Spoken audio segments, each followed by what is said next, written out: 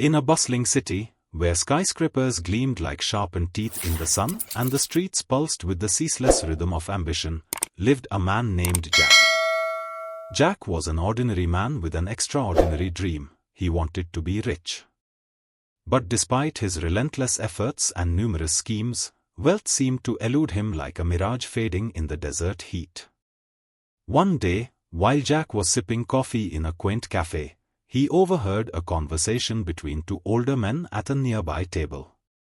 They spoke in hushed tones but with an air of assuredness that caught Jack's attention.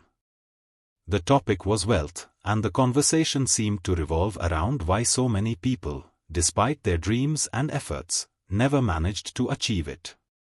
Intrigued, Jack leaned in closer, trying to catch every word. The older men were discussing a concept that Jack had never truly considered before. They talked about the 99.6% rule, a principle they claimed explained why most people remained perpetually out of reach of financial success. Jack's curiosity was piqued. He decided he needed to understand this idea fully. The next day, Jack sought out the wisest person he knew, his grandmother, who had lived through many eras and seen many changes. She was a simple woman with a deep understanding of life's rhythms. Sitting across from her at her kitchen table, Jack posed his question. "Grandma, why do you think so many people never get rich, even though they try so hard?" His grandmother looked at him with a knowing smile. "Well, Jack, let me tell you a story." She began with a tale from her youth, a time when she and her friends were fascinated by a magical tree in the village. It was said that this tree granted wishes to those who could answer a riddle correctly. Many tried, but only a few ever succeeded in making their wishes come true. The key to the riddle, she explained, was not just intelligence or luck, but understanding and adaptability.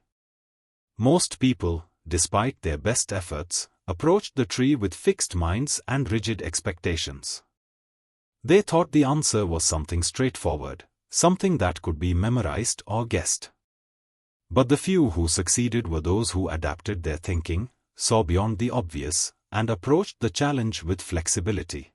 Riches, Grandma said, are like that magical tree.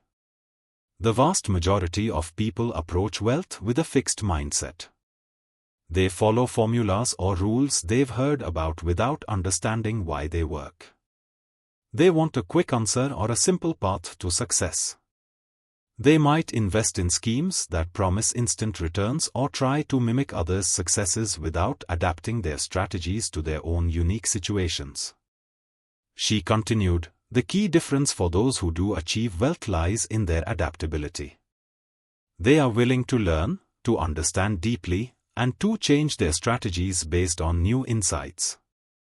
They don't just follow the crowd but think critically and innovate. They embrace uncertainty and use it to their advantage." Jack listened intently, his mind racing with the implications of his grandmother's words. The older man's conversation, the riddle of the magical tree, and Grandma's wisdom all started to coalesce into a clear understanding. Determined to break free from the crowd, Jack began to approach his financial goals differently. He stopped seeking out the quickest path to riches and instead invested in learning, understanding markets, and developing his unique approach.